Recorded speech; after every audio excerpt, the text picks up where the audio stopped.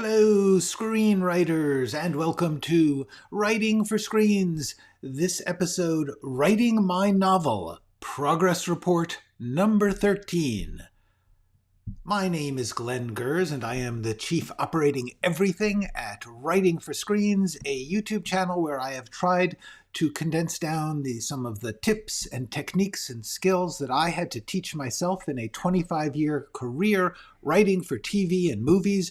On my way out of that business, I wanted to leave behind some of the things I had to figure out for myself, because why should you have to? And also, I like sharing it. It's actually fun if you spend a lot of time working on a craft to be able to talk to others who are into that craft.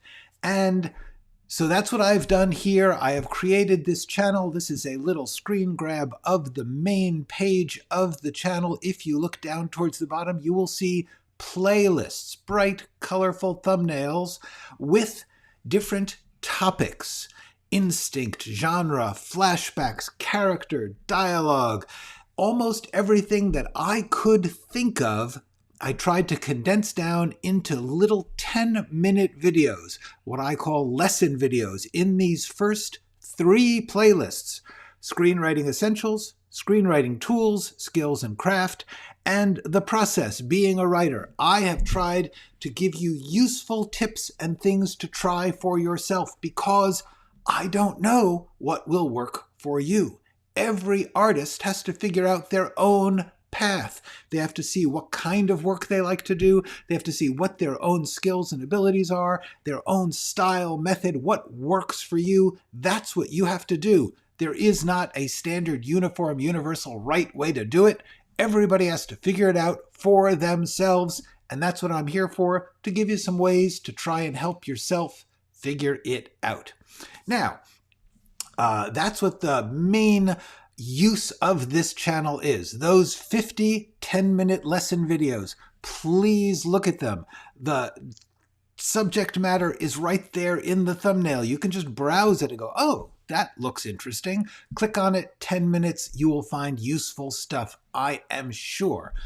Then, every Wednesday at 1 p.m. Pacific Standard Time, if I can make it, I come here and live stream on various topics. Every week it's a little something different. I've got these running themes, like this one is about my novel, because I have retired from screenwriting and I am trying to write a novel, and I like to share that process too.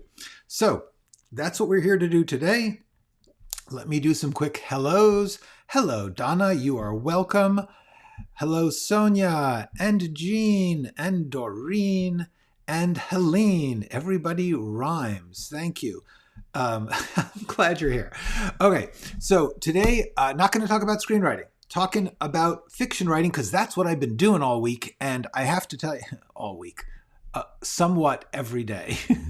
But that's actually one of the things I want to talk about. One of the things I'm going to do here is give you the 2 big thoughts from this video right up front. So for those of you who don't want to watch a whole hour, at least you'll get the message. Now, the main 2 things I want to talk about are small steps over time and the necessity of writing drafts to even know what you've got.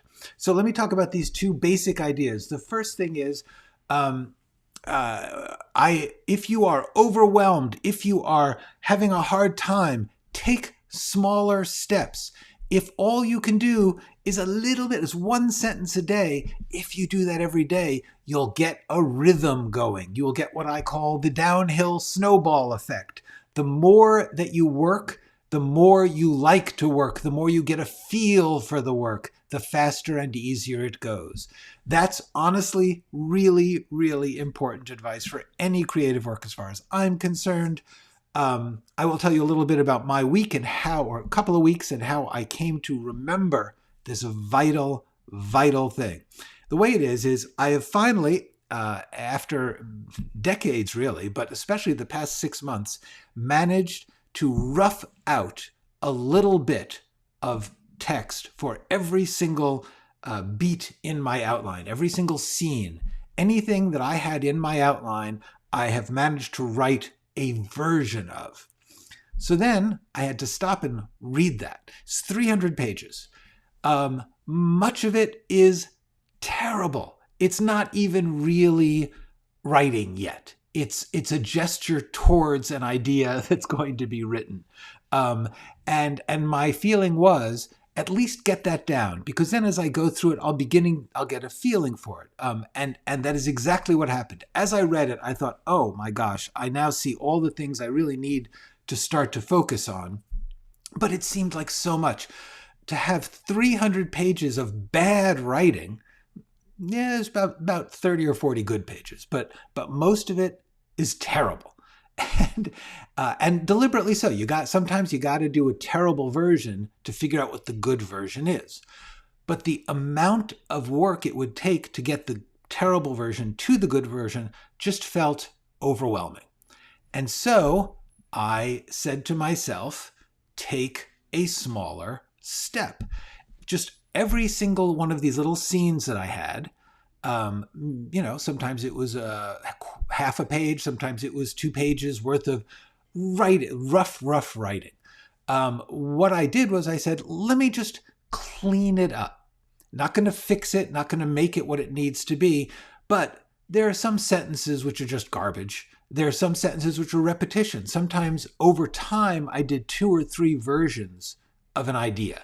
And so to just delete or combine those into, so that at least I'm not repeating myself. All those little cleanups, I just went through and started to clean it up. And the more I did that, the more I began to get a feeling of what could happen. It was a sense that that if I just kept making teeny tiny incremental improvements, it would actually become a good thing. That's really, really the most important thing I want to urge you to do, is to say, if you can only, like I said, do 1 sentence a day. If all, for me, sometimes I would just sit and I would just clean up these things, or sometimes just read through them. I'd read through it and say, I need to get this into my head. I need to get a feeling for it so that later when I come back to it, I'm not trying to understand it. I'm saying, oh yeah, it's that thing. Let me see what I can do to make it better. Immediately after feeling pretty stalled for about a week of just terror at the distance I was from finished, I discovered that if I just worked a little bit, just like an hour or 2 a day, cleaning, reading, getting a sense of like, oh, this section kind of undercuts the next section. Maybe I should combine them. Just those thoughts, not necessarily doing them, just starting to get a sense of it. It made me excited to do the next day's work, to say, I'm going to go and I'm going to just clean it up. It's going to be fun. I'm beginning to get a feel for what needs to be done. That's worth it, because then the next time you go through it, you start to really sharpen something. You start to really write a scene. I just began the feeling of, oh, that sucks. The feeling of, oh, my words are nowhere near where they need to be, is replaced by, well, let's get practical. How does this garbage turn into this scene, which I do believe in? I believe that this scene will work. This garbage is not there yet.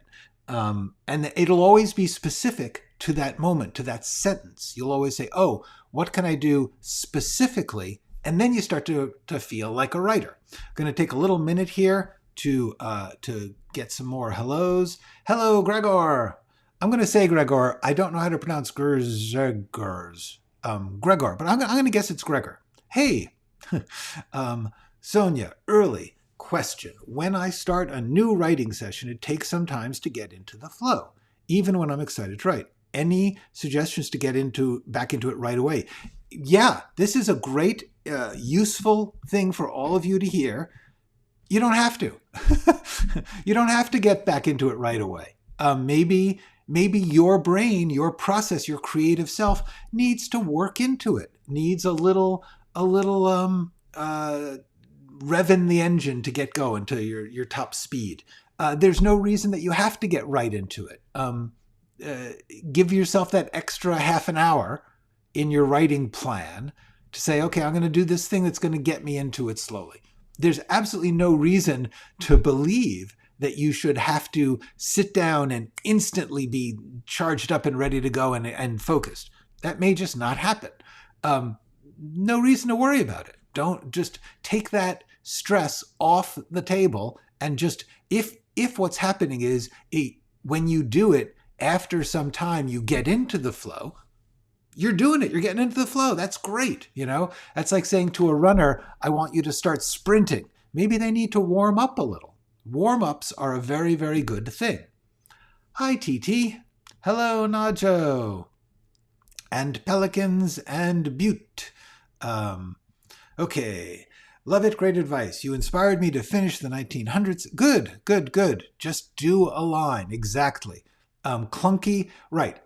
And I'm going to talk to you more specifically about what's wrong with mine. It's often terrible. Terrible. But it's okay.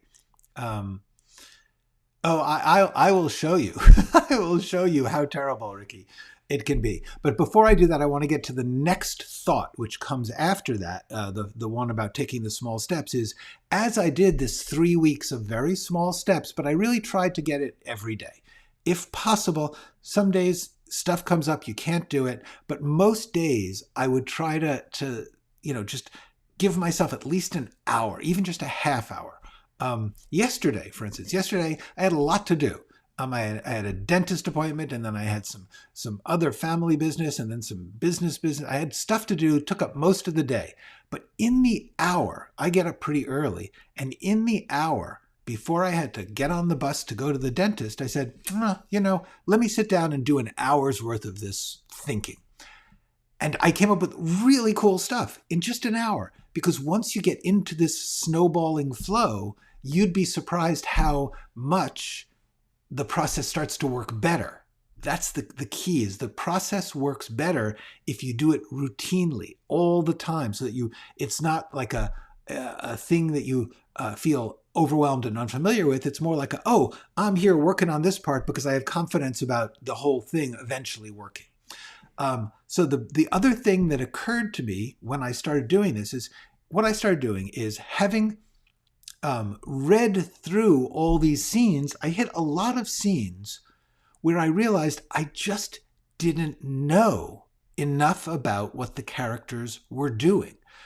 And this is when I realized I've spent much of the past year fine-tuning this outline. I have created an outline here. I will show you the outline. Here we go. Boom, boom. Okay, so here's the outline.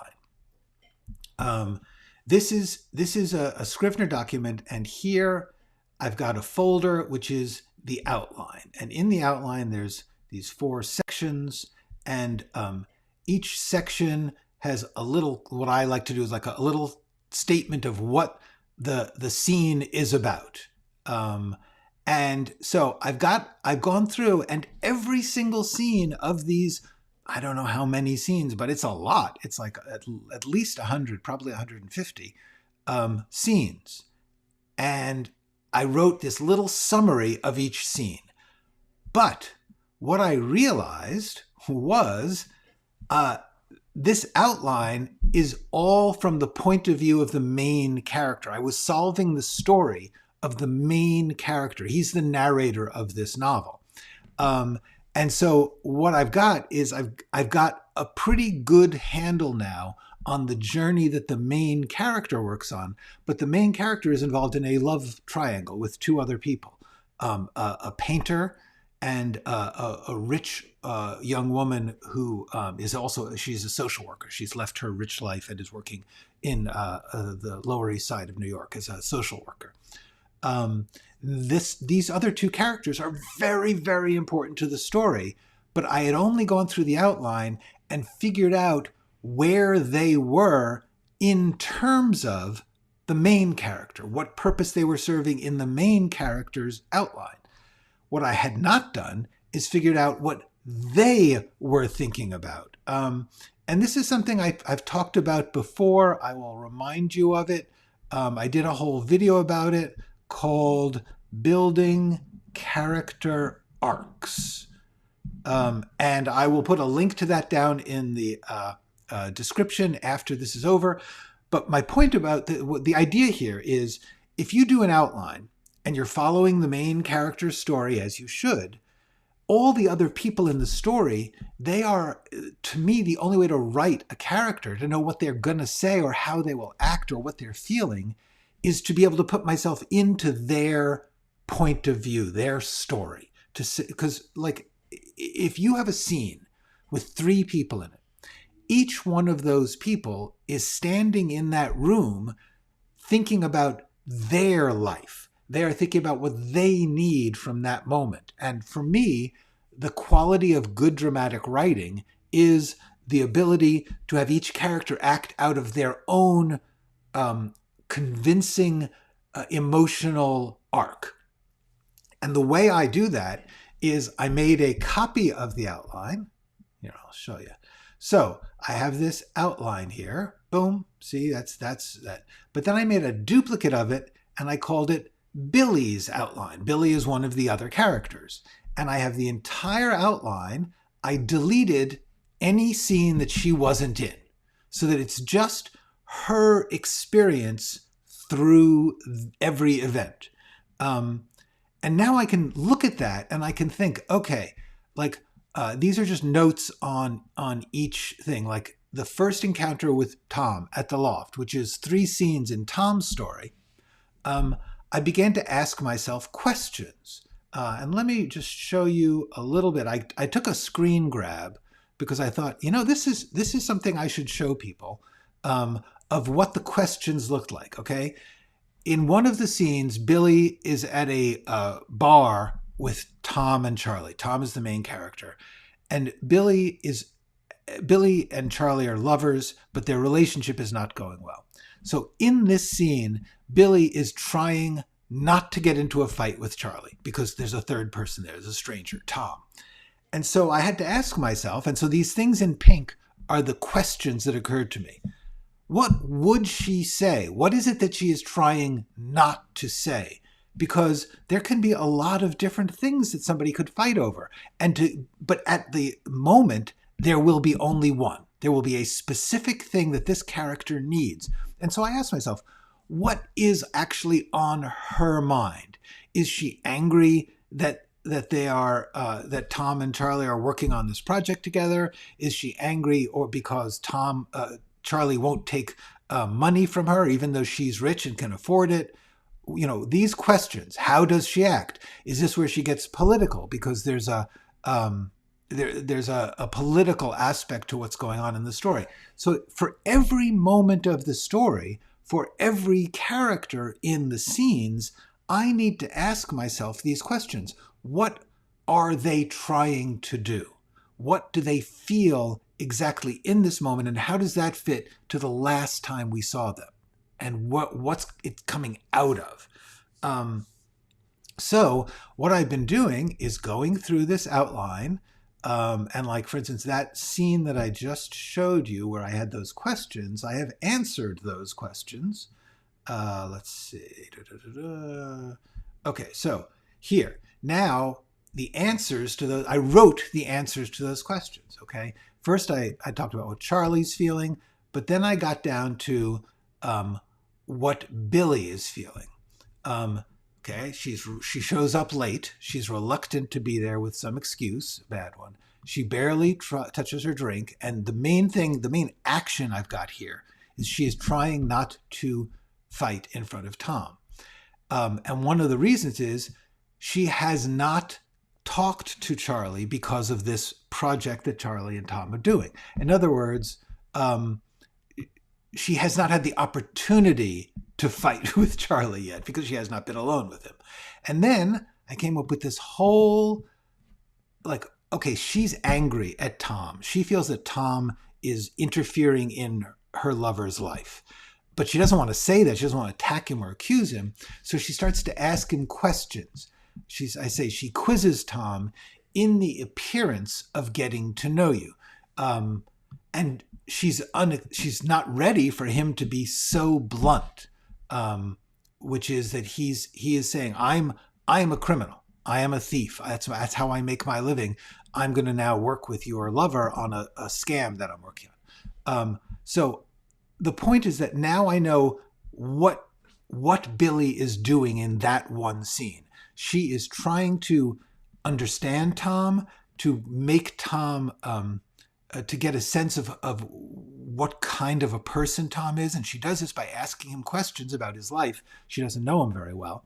And when she asks these questions, which are somewhat critical of the type of person he is, she's rather thrown off guard by the fact that he's proud of the kind of person he is. So that's the kind of thinking for every single scene. What's interesting is I've been working on this project for decades, but especially in the past year, I've gone through this outline, made hundreds of notes and cards, and yet I did not ask what's happening with Billy and Charlie.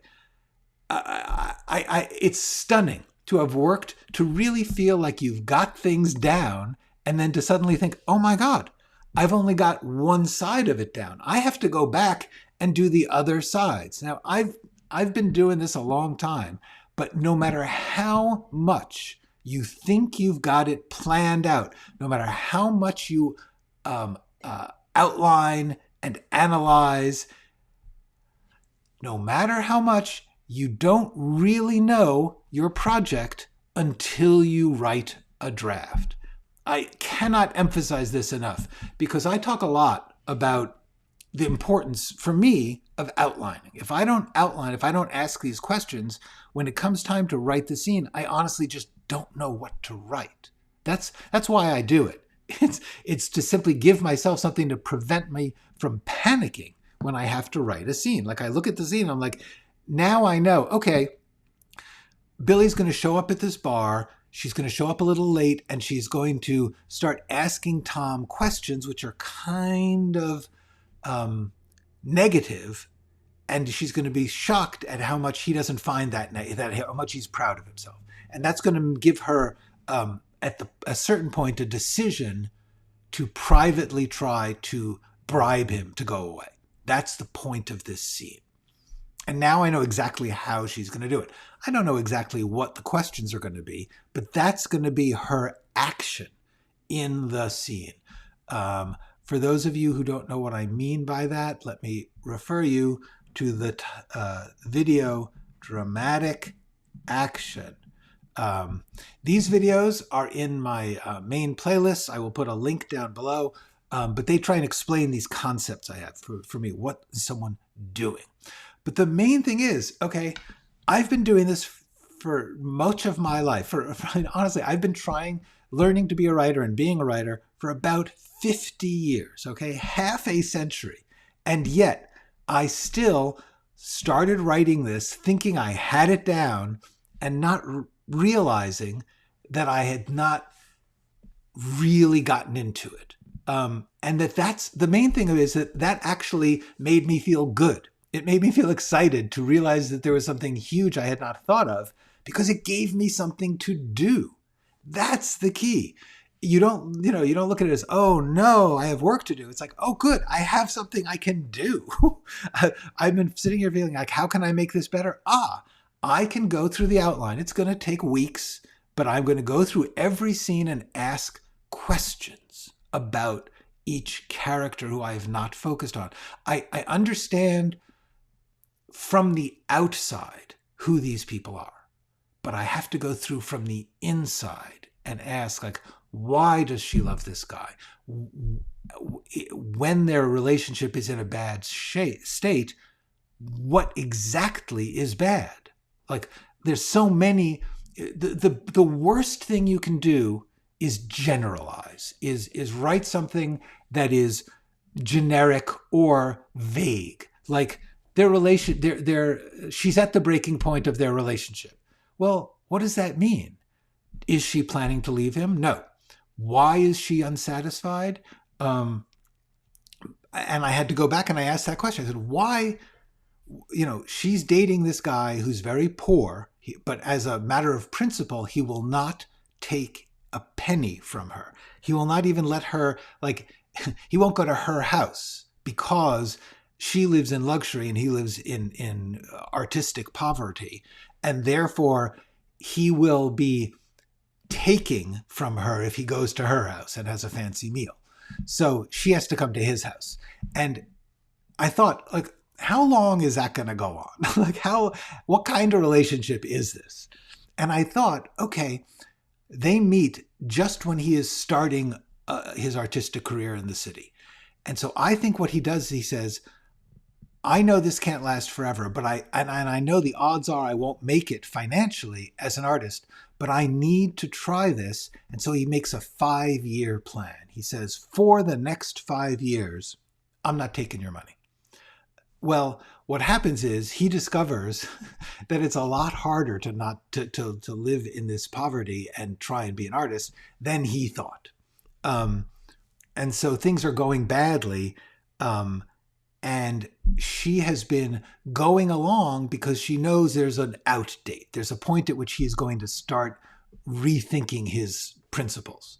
Anyway, I had to answer all that for myself because all I knew was they were together. He was principled. She was rich. She loves him. He loves her. But because of his principles, they are in a bad place. Now I had to get granular. I had to get detailed. I had to think exactly what was the agreement.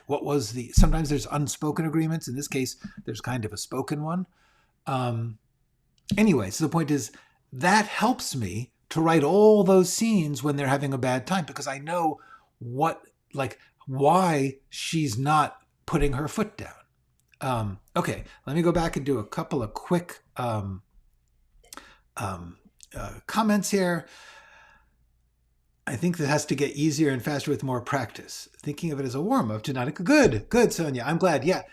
We all, first of all, writing or anything does get easier with practice. But the practice, we're talking years, okay?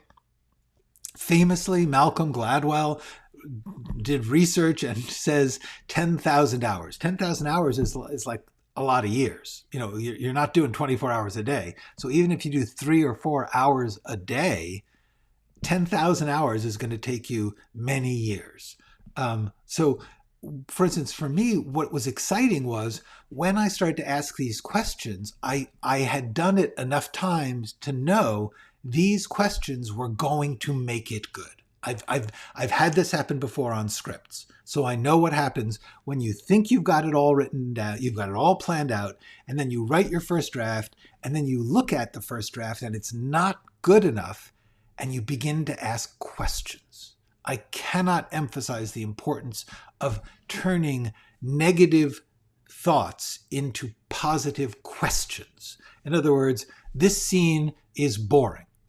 This scene is vague. Well, what can I do to make, what is vague about it? What exactly? Well, what stage of her breaking up with Charlie are we at?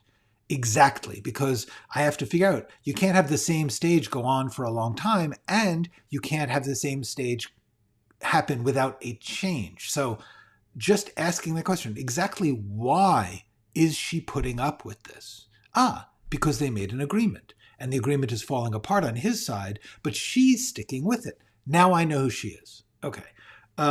So that's the sort of thing that the more practice you have, the more you get used to it, and the more you say, if I just keep doing this every day, you get better at it. It's like cooking. When I cook, I like to cook. When I cook a new thing, it's usually a disaster. But if I cook that same recipe 4 or 5 times, it begins to get good.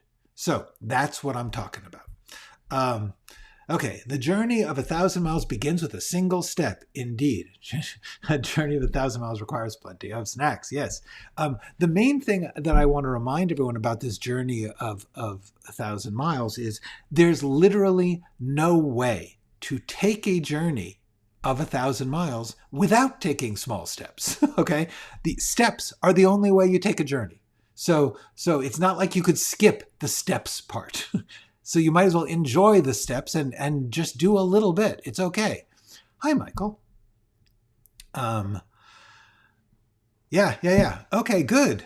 I'm so glad, Leonard. That's great.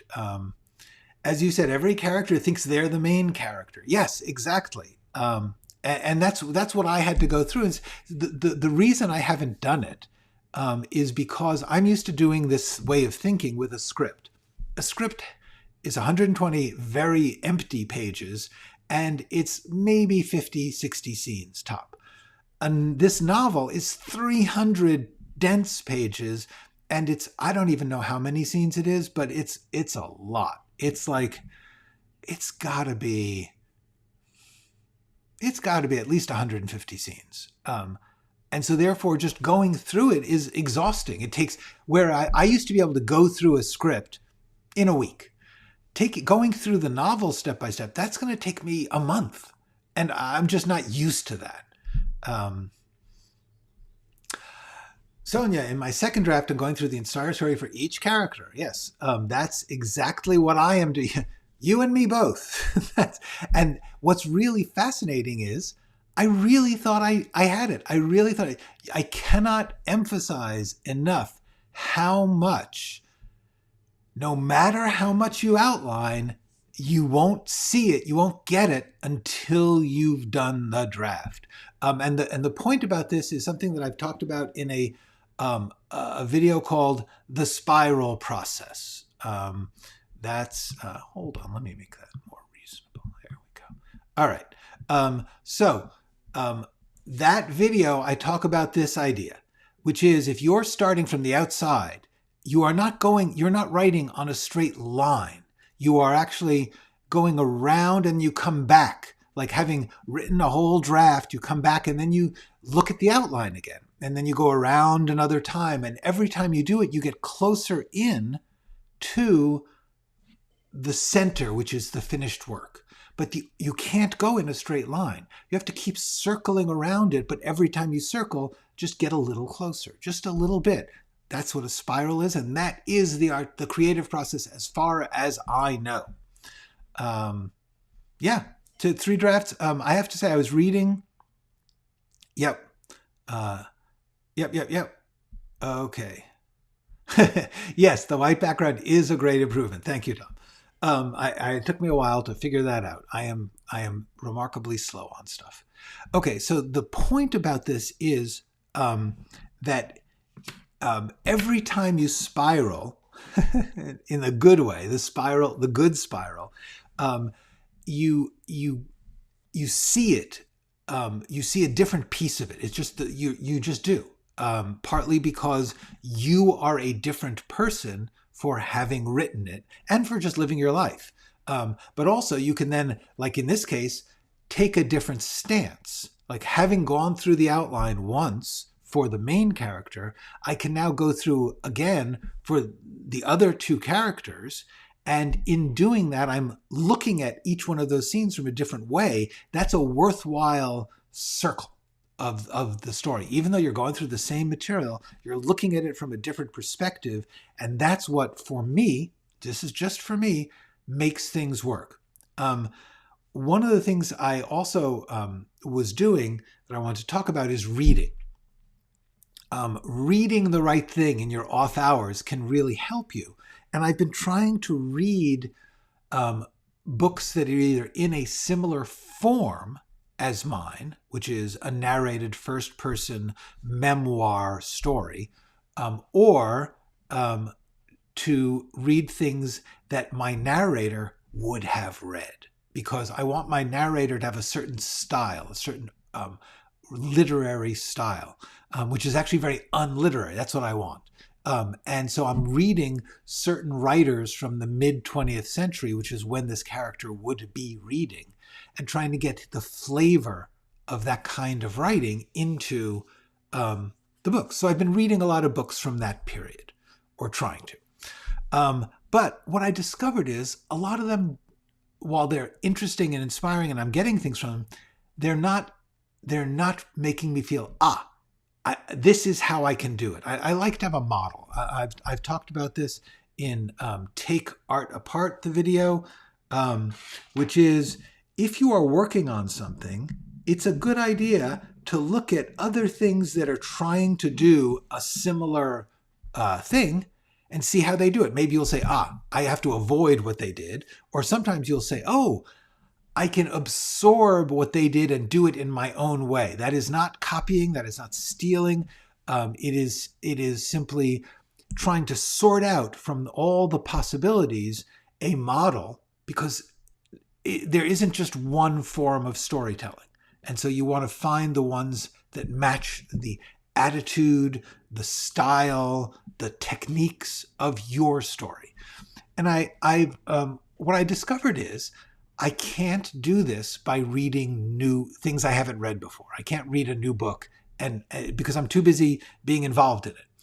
What I needed to do was go back to books I had read during my, unfortunately, long life. I've read a lot of books, many of which I was a very different person when I read them. So I started to look at Thomas Wolfe, for instance. I was a big Thomas Wolfe fan. He's a difficult writer. He's a mess, but he's from that era and he's a certain style. And so I could look at that to get the voice of the style. But in terms of writing a historical novel, I ran into one of my favorite writers, is a man named E.L. Doctorow. He wrote Ragtime. He wrote a book called The Book of Daniel and one called Loon Lake. So I reread the Book of Daniel and I reread Loon Lake. And I was like, this is it. I'm not going to actually do what he did, but his approach really, really helped me. It's like, there's another book, one of my favorite books of all time, called The End of the Affair by Graham Greene, a British novelist from the last century. The End of the Affair is an extraordinary novel, and an extraordinary first-person novel. I've reread that recently to get his technique for how he did it. But I discovered, as much as I love it, as much as I admire it, it doesn't fit what I'm doing here. The craft is actually too literary. It's too, my narrator is not a professional writer. The narrator of The End of the Affair is a professional novelist. So he has a craftsman-like way of storytelling that's actually wrong for my guy.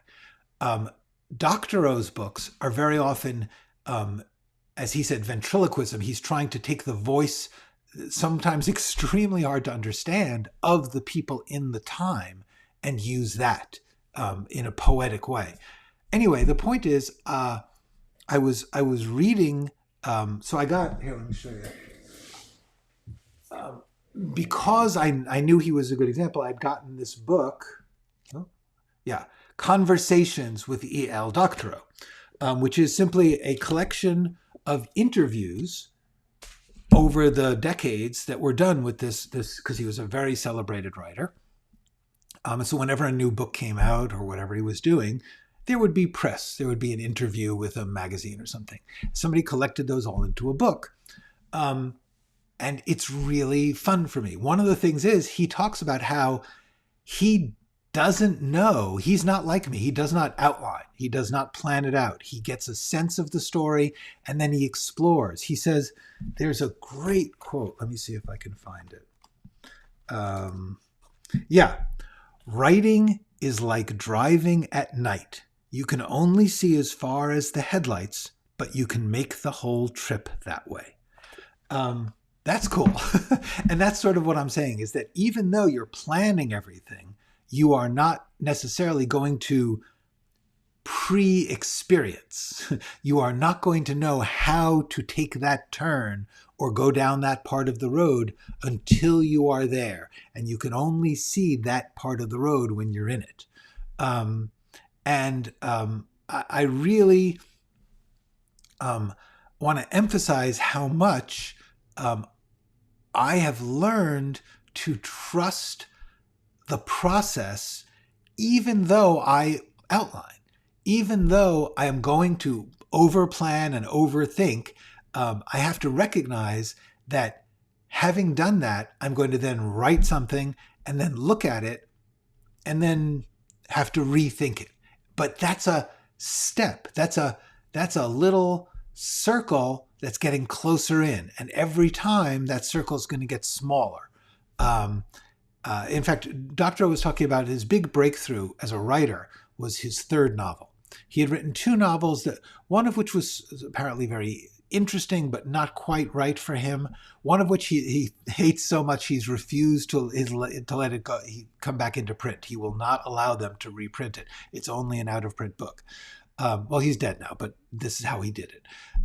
His third book, he said he wrote about 150 pages, and he hated it. And he knew it was wrong, but he didn't know why. And he stopped. So the point is that part of the spiral is like, oh, he had to go down this path to see that it wasn't right. And then out of frustration, he started to write in the voice of the character in this very messy, emotional way. And that worked. And he rewrote the entire 150 pages in this new way. He basically threw out the first draft. And he has said that in some other books, it's 2 or 3 drafts before he really figures it out.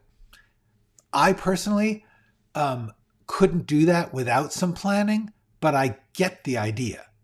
Anyway, let's see what we got here. Okay. Jacob, incognito. Hi, Jacob. I'm having trouble getting a character to what's essentially a training course at the end of Act 1. I don't know if someone should mention to him or he should find it on his own. This is a good question. Basically, there could not possibly be a right answer to that is universal. There could not be an answer which is, oh yeah, always have somebody mention it to him. The answer has to be that you have to go back and ask that question to yourself and think about the consequences of the two paths. I'm going to show you an example because one of the things that happened to me was yesterday before the dentist in my 1 hour, this was just 1 hour's of work. I ran into, let me see if I can find it. Yeah. Okay. Here we go. I'm going to show you my work notes. These are the work notes from yesterday. And here's the thing. Billy, the character of Billy, and Jacob, I am answering your question here.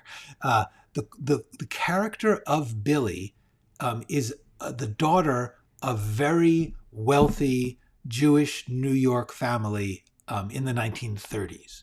And I originally conceived of her family as owning a big department store, essentially like Bloomingdale's.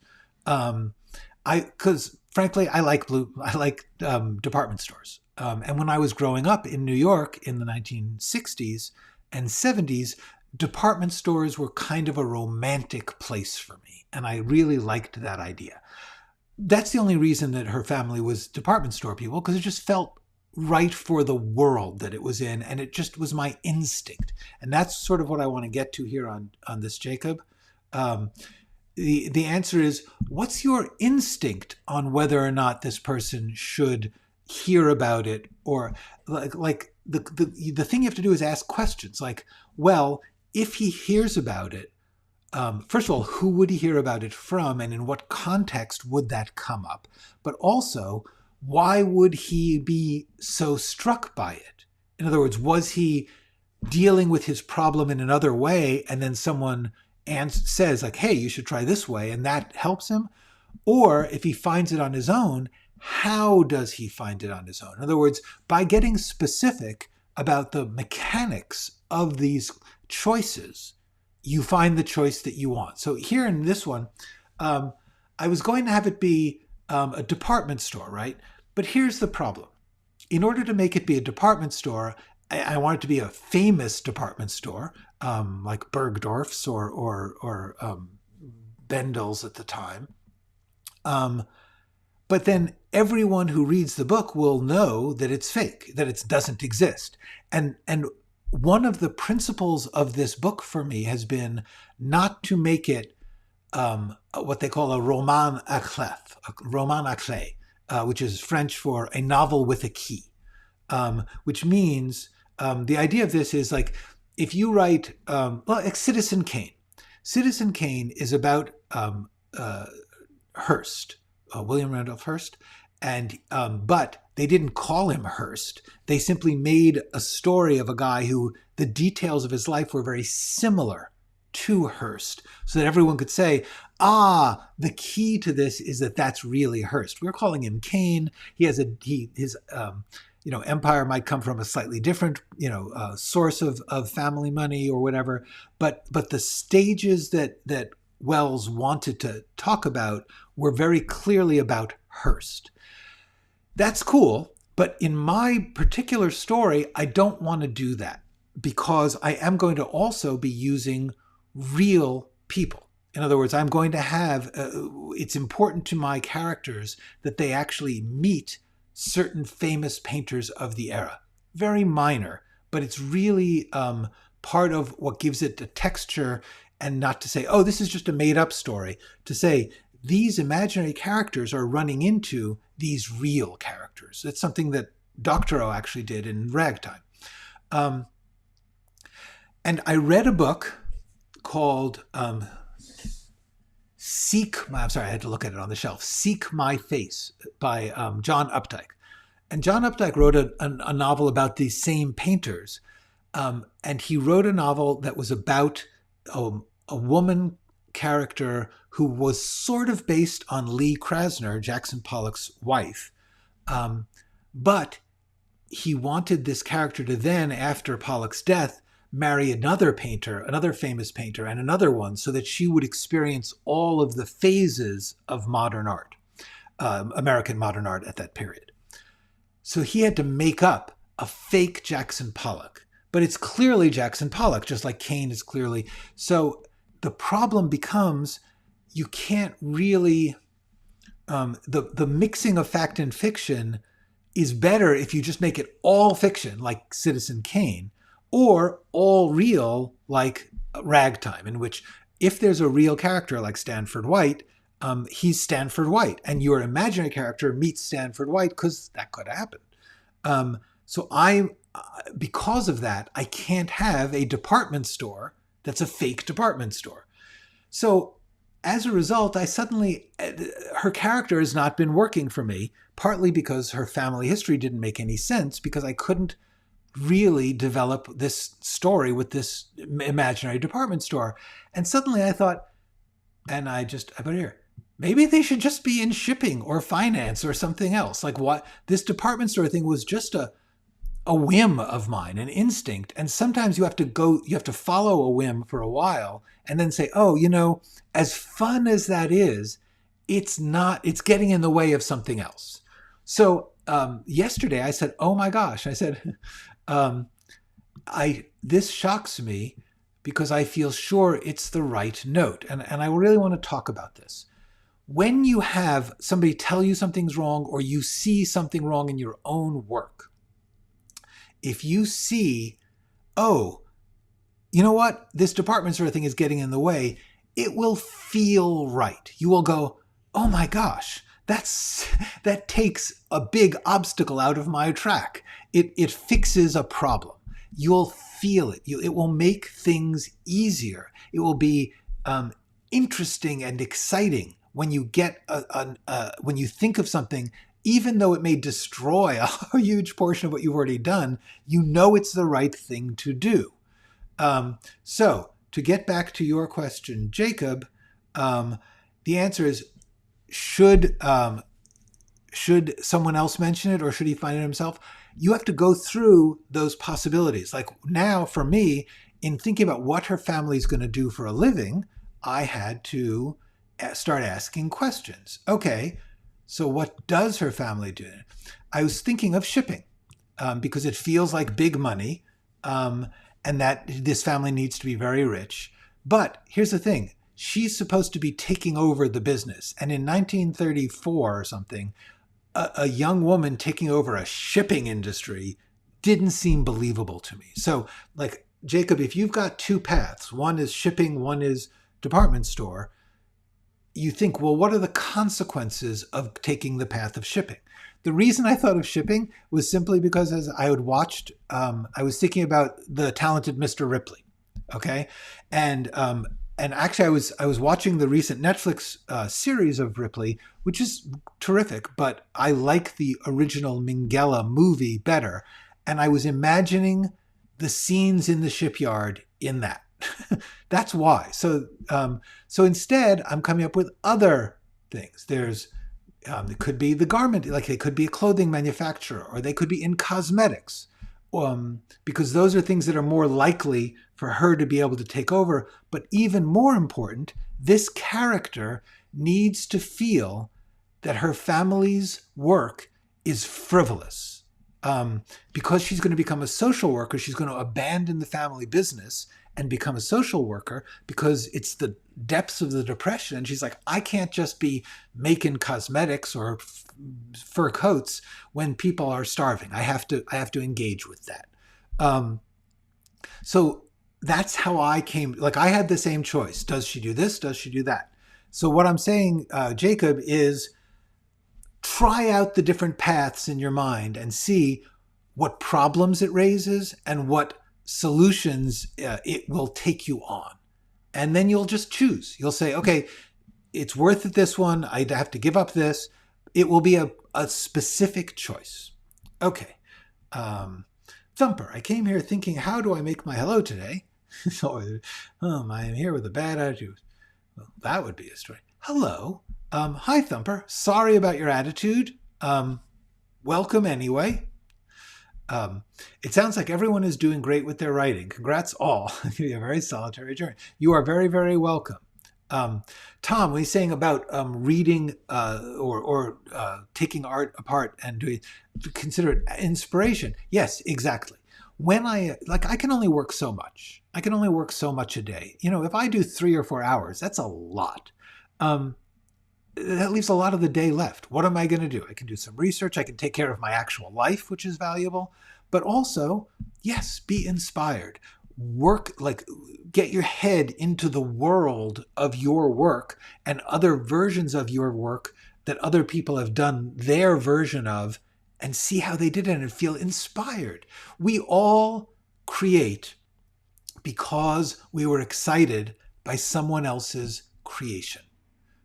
So therefore, don't disregard that. That's why you are being an artist. So when I can't write anymore, if I can go and read something that's going to sort of jazz me up for tomorrow's work, great. That's worth doing. Hello, Lake Filter. Reading lately from a local free book boxes. I like the randomness. Yes. I like randomness too. What I found is that sometimes when I am working on a project, especially one like this, which is historical and complicated, I sort of want to be like a method actor and just keep my head in that world, even off duty. There are times when I want to use whatever I'm reading or watching to get away from it. Like, last night I was watching a Mission Impossible movie. Because at the end of the day, having been inspired, but I want to unwind, I go very far from what I'm doing. So yeah, anyway. End of the affair. Yes. Yes, writing it because, yeah, exactly. The End of the Affair is truly one of the greatest novels I have ever read. But I can't write exactly like that. I could write, and I have tried to write, other stories that are using that technique of a very literary person constructing their own story. This story just doesn't fit that way. Hello, Wolf Powers. Okay. Stephen Pressfield says that outlining a novel like a screenplay doesn't work because it's too big. You do a broadling. Stephen Pressfield does that. Cool. Yeah, here's what I would say, John. Everybody has their own way of working. If Stephen Pressfield feels what he feels, good. You should learn from that. That Stephen Pressfield does it. John Irving famously writes a detailed, every moment outline before he starts to write. Other people, like Doctorow, don't outline at all.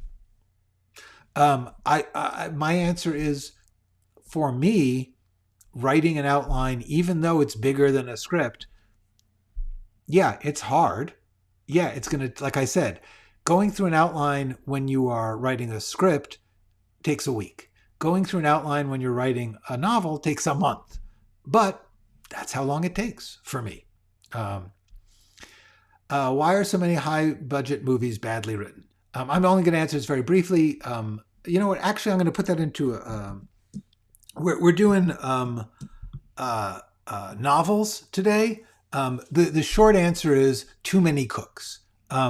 There's too many cooks, and the intricacies of character and dialogue tend to get pushed aside for whatever the big budget is selling. You never have a big budget movie that's just people talking. So therefore, there's something else in a big budget movie that they're selling. Musical numbers, action sequences, sci-fi world building, whatever it is, that thing is going to take up an awful lot of territory, a lot of time in a big budget movie. That only leaves you a little bit of time for dialogue and character. Okay. Yeah.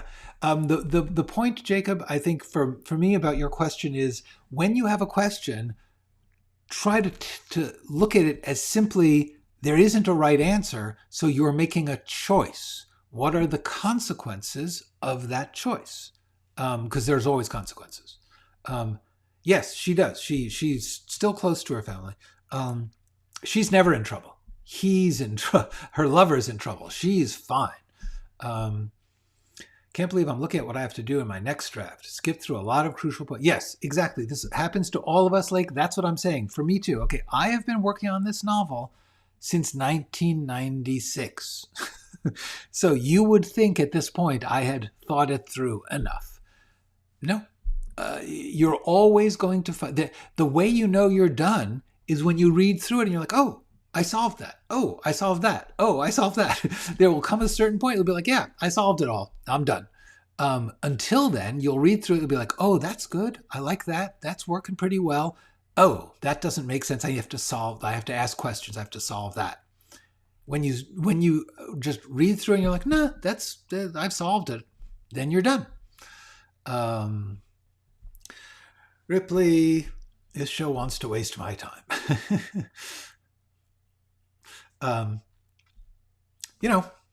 Everybody has different taste. You're welcome, John. Okay. Reverse outline. Draft like you're shot out of a cannon and fix it later by outlining. Yes. You are focused on the moment when you draft and focused on the big overview when you're revising. Yes, exactly. There's two ways of thinking. There's in the moment and there's big picture. And you are constantly going back and forth between those two. That's the whole point of this spiral thing is you, every time you go around, you go through and maybe this time you're in the moment on that scene. Later, you'll be in the moment on a different scene. Eventually, if you keep going through it, you'll be in the moment on every scene and have the big picture on every scene. No, the whole point is she's not going to take over. She's expected to take over the company and won't. Publishing, no, I didn't want it because it's not frivolous enough. My point about her character is she needs to be in an industry that she decides is too capitalist, is too luxury oriented. So I'm down to furs. It's probably going to be furs, or it might be cosmetics. The problem with cosmetics is that they overlap into fashion, and the big cosmetics businesses weren't really big in the 1920s. The 1920s was when cosmetics first kind of took its mass boost, and this character it doesn't really fit with her chronology. All right, so that's my lessons for today. If you are overwhelmed, take smaller steps, but take them consistently. Take them every day if possible. If you take consistent, tiny steps, it will get its own momentum and you will find yourself discovering things you can't imagine. The other thing is, no matter how much you plan or outline, you have to take into account, you're going to have to do many drafts because you're going to see things when you write it that you could never see. Yeah, Ricky, I'm voting furs too. The only slight reason, and this is the way I think, and it's why I overthink things. The inspiration for furs is Diane Arbus, the famous photographer. Her family, the Nemerov family, was in fur business, and that was the privilege that she came out of.